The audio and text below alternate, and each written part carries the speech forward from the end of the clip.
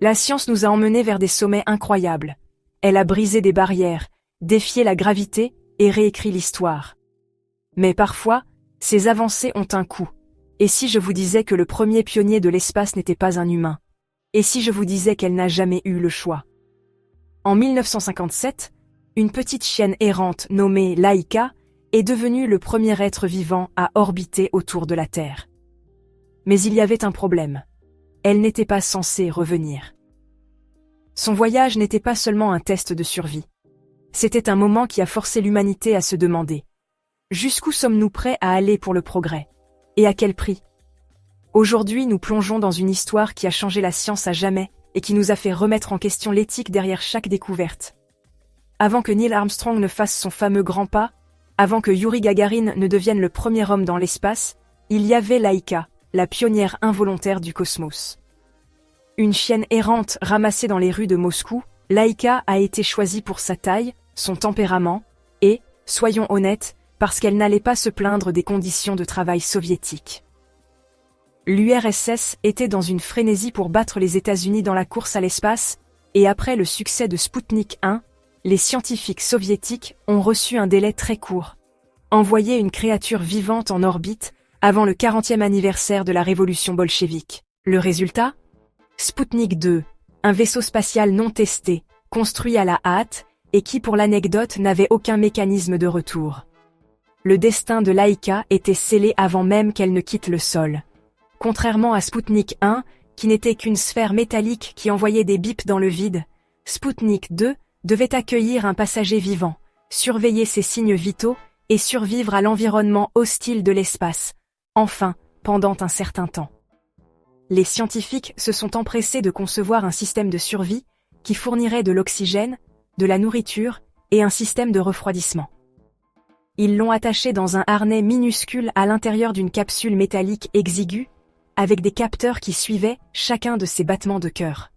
La mission était révolutionnaire, certes, mais les détails étaient brutaux. Il n'y avait aucun plan pour la ramener. Laika n'était pas tant une astronaute qu'un cobaye dans une boîte de conserve métallique fonçant vers l'oubli. Le 3 novembre 1957, Sputnik 2 a décollé du cosmodrome de Baïkonour, et Laika est devenu le premier être vivant à orbiter autour de la Terre. Alors que la fusée rugissait vers le ciel, son rythme cardiaque a grimpé en flèche, ce qui est compréhensible étant donné qu'elle n'avait aucune idée de ce qui se passait. Mais lorsque la capsule s'est mise en orbite, ses signes vitaux se sont stabilisés. Il semblait qu'elle s'adaptait à la microgravité, et pendant un bref instant, les scientifiques ont pensé que la mission pourrait réellement fournir des données biologiques utiles. Mais la réalité était bien plus sombre que ne le laissaient croire les autorités soviétiques. Les premiers rapports affirmaient que Laika avait survécu pendant plusieurs jours avant d'être euthanasiée sans douleur, ce qui, en langage de la guerre froide, signifie que nous ne voulons pas parler de ce qui s'est réellement passé. La vérité? Une panne du système de contrôle thermique a transformé sa capsule en un véritable four volant en l'espace de quelques heures. L'isolation censée la protéger du rayonnement solaire avait été mal installée, et la température à l'intérieur de Sputnik 2 a grimpé en flèche. Laika, stressée et en surchauffe, a péri bien plus tôt que le monde ne l'a cru. Malgré sa fin tragique, la mission de Laika n'a pas été vaine. Elle a prouvé qu'un organisme vivant pouvait survivre au lancement, du moins temporairement, et supporter les effets de la microgravité. Ce fut un élément crucial dans l'élaboration des futurs vols spatiaux, en particulier lorsqu'il s'est agi d'envoyer des hommes dans l'espace. Les données physiologiques recueillies ont aidé les scientifiques à améliorer les systèmes de survie, contribuant directement à la mise en orbite historique de Yuri Gagarin en 1961. D'un point de vue scientifique, la mission de Laika a constitué un grand pas en avant. Mais en dehors du monde de la conquête spatiale, la réaction a été moins enthousiaste. La révélation que Laika avait été envoyée dans un voyage sans retour a déclenché un débat éthique international.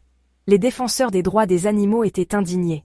Et dans le monde entier, des gens ont condamné la décision de sacrifier une créature sans défense au nom du progrès scientifique.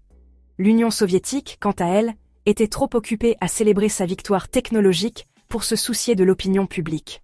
Du moins, à l'époque. Des décennies plus tard, l'histoire de Laika est devenue le symbole des dilemmes moraux du progrès scientifique.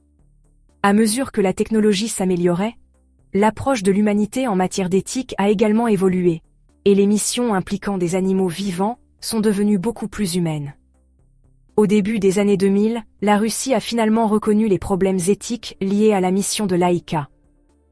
En 2008, ils ont même inauguré un monument en son honneur. Une statue d'une petite chienne, debout au sommet d'une fusée.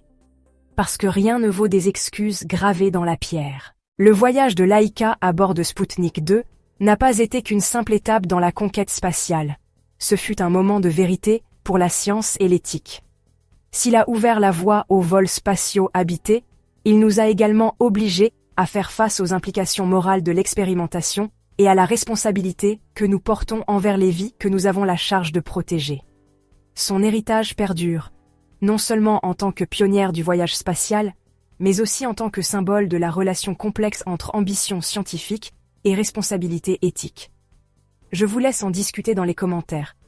La mission de Laika était-elle une étape nécessaire à la conquête spatiale ou un sacrifice cruel? N'oubliez pas de vous abonner si ce n'est pas déjà fait. Prenez soin de vous, prenez soin de vos proches et à bientôt dans une autre vidéo.